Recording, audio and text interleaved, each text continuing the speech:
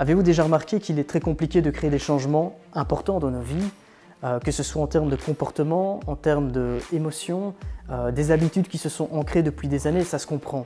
Malheureusement, on n'a pas appris à créer ces changements-là pour nous-mêmes et pour les autres également, parce qu'on n'a pas eu le mode d'emploi, le mode de fonctionnement de notre cerveau. Prenez l'image d'un arbre, imaginez que vous deviez en prendre soin et que pour ce faire, vous traitez les fruits. La logique et le bon sens voudraient que vous vous occupiez des racines, de ce qu'il y a sous terre, peut-être même de la terre pour pouvoir en prendre soin.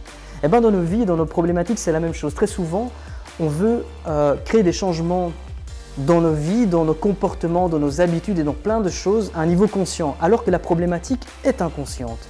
C'est ce que l'hypnose nous apprend, c'est à modifier nos états de conscience, c'est à les utiliser, c'est comprendre comment notre inconscient fonctionne et à comment le diriger également dans l'atteinte de certains objectifs.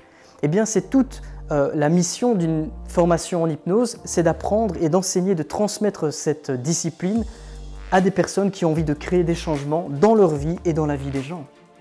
C'est avant tout un métier centré sur l'humain. Et il est clair que ça comporte un certain investissement de sa personne, de son temps, de son énergie. Et à la base de cela, il y a l'envie de contribuer à l'autre, contribuer au changement des personnes qui viennent nous voir. On va voyager dans des histoires de vie différentes. On va passer d'une émotion parfois pas agréable à une émotion très agréable. J'aime bien employer l'image des montagnes russes. C'est une séance d'hypnose, c'est souvent, il y a des hauts, il y a des bas, et au final, l'idée c'est de pouvoir contribuer au développement de l'autre. Mais avant cela, évidemment, c'est l'envie qui nous anime, c'est l'envie qui est présente et qui nous pousse à contribuer au changement de la personne qu'on va accompagner. Et il est clair que, au-delà de ça, ça comporte une certaine dose de responsabilité. Et que pour pouvoir faire ce métier, j'ai tendance à penser que l'humilité est une qualité essentielle.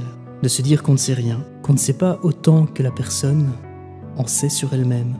Comment créer des solutions, comment atteindre ses objectifs. Il est clair qu'on va l'aider, mais c'est toujours la personne qui est experte de son changement. Et l'idée, c'est de se dire finalement qu'elle possède toutes les ressources en elle pour s'améliorer, pour se développer.